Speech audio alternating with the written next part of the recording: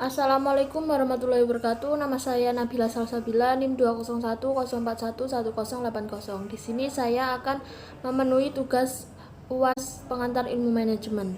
Poin pertama yaitu pengertian bisnis. Bisnis merupakan suatu kegiatan atau aktivitas yang dilakukan oleh perorangan atau juga organisasi yang melingkup aktivitas produksi, pembelian, penjualan, atau pertukaran barang dan jasa, dengan tujuan untuk bisa mendapatkan keuntungan atau laba. Bisnis menurut Brown dan Pretelo yaitu suatu lembaga yang menghasilkan barang maupun jasa yang dibutuhkan oleh masyarakat dan juga seluruh hal yang mencakup segala bidang usaha yang dilakukan pemerintah atau juga swasta, tidak peduli itu mengejar laba maupun tidak. Jenis bisnis yang pertama, bisnis pertanian. Contoh pertanian yaitu penjual tanaman organik, penjual tanaman obat, budidaya tanaman rempah, pembuatan pupuk, bisnis tanaman hias, menjual alat pertanian, usaha tanaman hidroponik. Yang kedua, bisnis produksi bahan mentah. Contoh bisnis produksi bahan mentah yaitu usaha mebel, keripik, karet, plastik, logam, dan emas. Yang ketiga yaitu bisnis manufaktur. Contoh bisnis manufaktur yaitu tekstil dan garmen, otomotif, elektronik, makanan, dan minuman. Poin yang kedua yaitu pengertian manajemen. Menurut Mary Parker Follett, manajemen yaitu sebagai seni memanfaatkan orang lain untuk menyelesaikan pekerjaan agar bisa tercapai tujuan.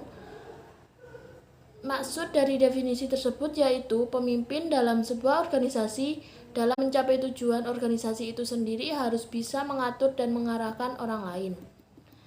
Fungsi manajemen yaitu yang pertama perencanaan atau planning, pengorganisasian atau organisasi, penempatan atau staffing, pengarahan atau direksi, pengemasan atau controlling.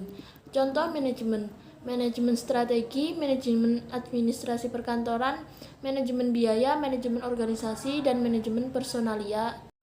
Poin yang ketiga yaitu topik yang dipahami. Saya menjelaskan tentang manajemen pemasaran. Menurut Philip Kotler, manajemen pemasaran adalah analisis, perencanaan, implementasi, dan pengendalian program yang dirancang untuk menghasilkan pertukaran yang diinginkan dengan pasar sasaran untuk tujuan mencapai tujuan organisasi.